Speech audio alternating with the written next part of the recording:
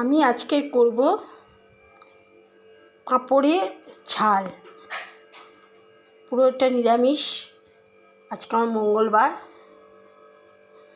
এটা আমি আজকে করব। প্রথম কড়ায় তেল দেব। পাঁপড়ে তেল আছে তো, তাই অল্প তেল দিচ্ছি। এখন একটু অল্প তেলই খাই।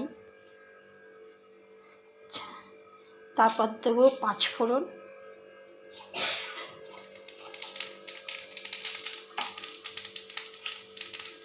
তারপর দেবো শুকনো লঙ্কা, আচ্ছা এখানে রাখা আছে আমার আলু কাটা, এই যে পাঁপড় উড়িয়ে রেখেছি, কাঁচা লঙ্কা, এখানে আছে পোস্ত, তিল, সামান্য সর্ষে দিয়ে পেস্ট করা, হলুদ গুঁড়ো, এখানে একটু ঝাল লঙ্কা গুঁড়ো দেবো, কারণ একটু ঝাল লঙ্কা দিলে ভালো লাগে বেশ। আর কিছু না, সিম্পল একদম। এবার আমি একটু আলুগুলো দিয়ে দিচ্ছি।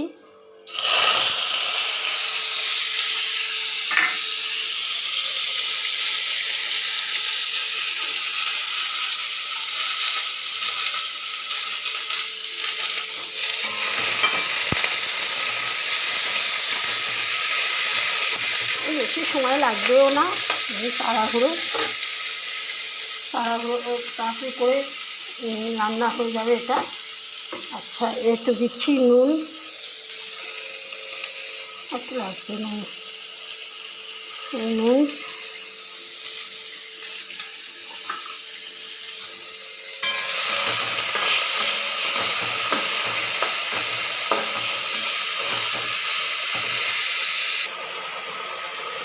আলুটা একটু ভাজা ভাজা হয়ে গেছে। এবার আমি দিয়ে দেবো পোস্ত, একটু তিল, একটু সর্ষে দিয়ে দিলাম।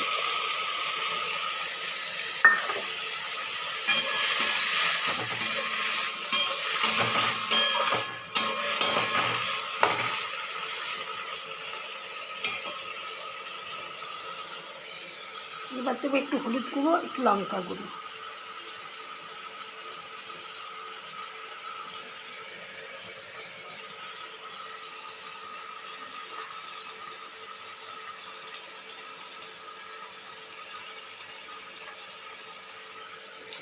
লঙ্কা গুঁড়ো দেবো।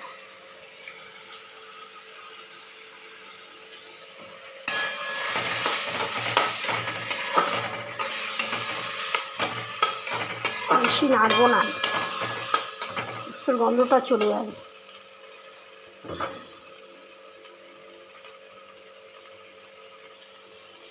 এবার আমি এটার মধ্যে জল দেব, একটু বেশিই দেবো, কারণ পাঁপড় দেবো তো, পাঁপড়ে না ভীষণ তাড়াতাড়ি টেনে নেবে সব, তাই জন্য বেশি করে জল দিলাম।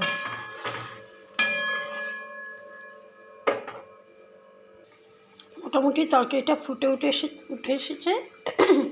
এইবার আমি এটার মধ্যে পাঁপড় ভাজা করা আছে, দেখুন পাঁপড় ভাজা করে রেখেছি, এইগুলো এর মধ্যে দিয়ে দিলাম। এটা খুব টেস্টি খেতে হয় নিরামিষে। আমি এরকম পাঁপড়, বড়ি, নাহলে ধোকা এগুলোই করি। দেখলাম এবার কাঁচা লঙ্কাগুলো কাটা আছে, এগুলো দিয়ে দিলাম। কাঁচা লঙ্কা একটু ভালো লাগে পাঁপড়ের তরকারি। চাপা দিয়ে দেবো। এতটা ঝোল কিন্তু থাকবে না, ঝোল কিন্তু অনেক টেনে নেবে। চাপা দিয়ে দিলাম। এবার মোটামুটি হয়ে গেছে। এবার আমি এটাকে নামিয়ে নেবো। নামাবার আগে একটু কাঁচা তেল ছড়িয়ে দেবো, সামান্য একটু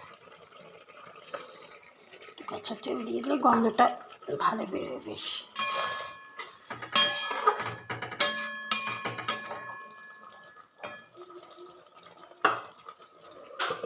চাপা দিয়ে এই নিভে দিলাম, গ্যাসটাকে নিভে দিলাম। যেটুকু পাঁপড় টানবে টেনে নেবে, তারপর